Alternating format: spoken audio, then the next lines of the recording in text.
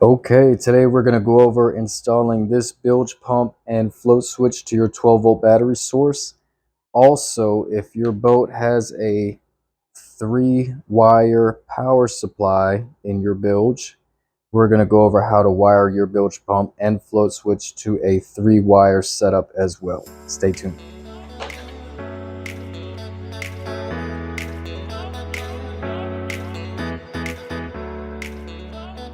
Okay, for starters, we're going to look at the back of the bilge pump. And we're going to take note of the fuse rating. It says 10 amp fuse for this 12-volt pump. So what I have here is a 10 amp fuse on my battery. So we're going to use that as our circuit protection today. So make sure you take note of your proper circuit protection rating for your pump. We're going to start with the float switch,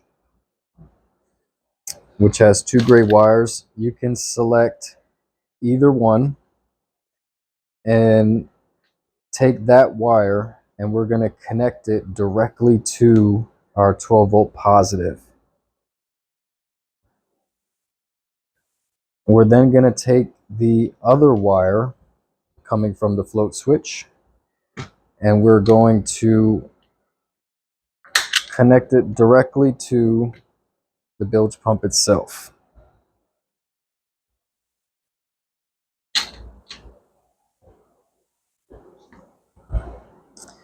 So we're going to do that real quick.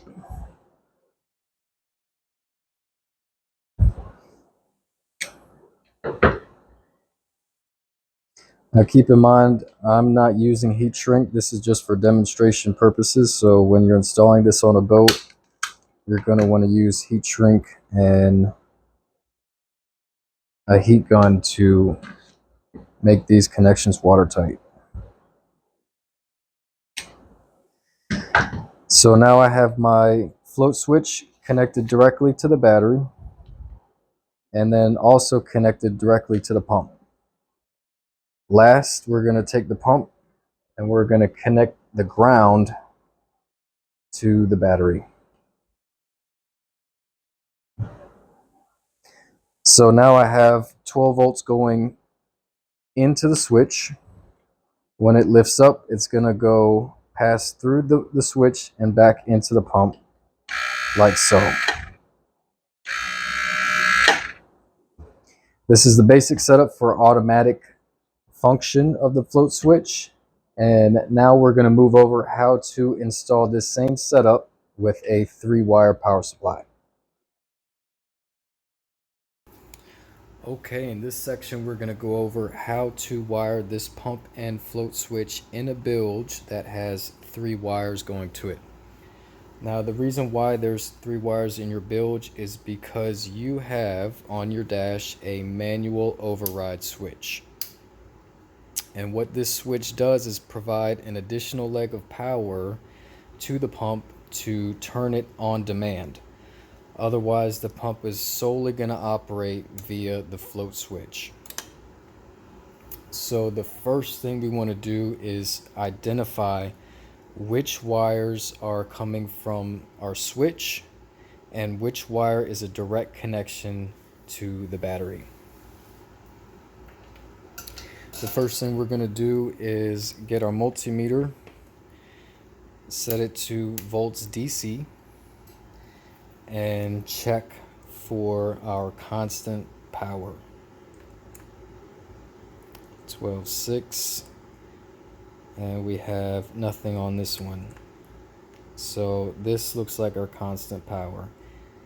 Now in order to double check this other leg, we're gonna switch on the dash on and off to verify that is the power coming from the switch on the dash. So having our wires identified is going to be half the battle. Once we know which wires are which, we're going to be able to wire this pump with confidence without any kind of guesswork.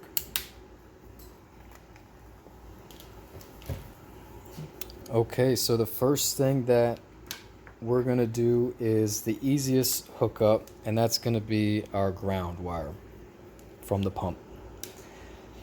So let's get this one out of the way, and we'll start by process of elimination going through the rest of the wires.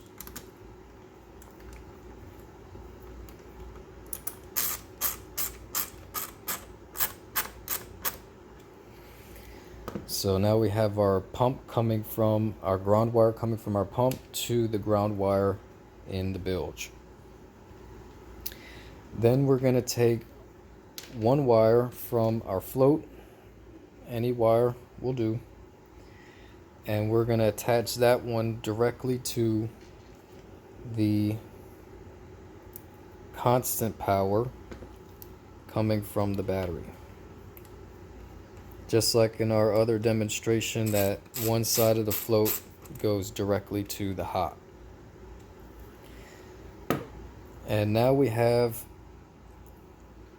the wires that are left are the positive wire going to the pump and one other wire from the float switch. And we're going to take both of these together. We're going to put them together. And we're going to wire that on the switched side of our block.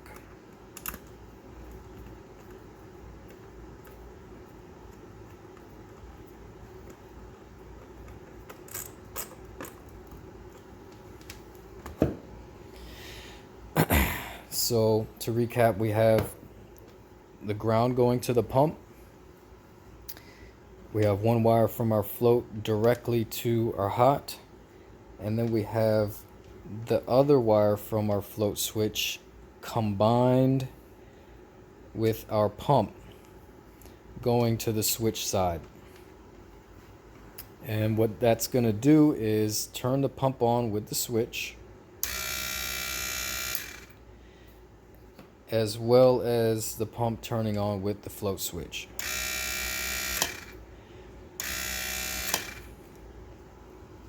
Now what's happening here is that you have a constant power supply going directly to the float and then going back out of the float into the pump. That's how it functions in auto. And then you have also power available coming from the switch, and you could also see that the switch has a white wire.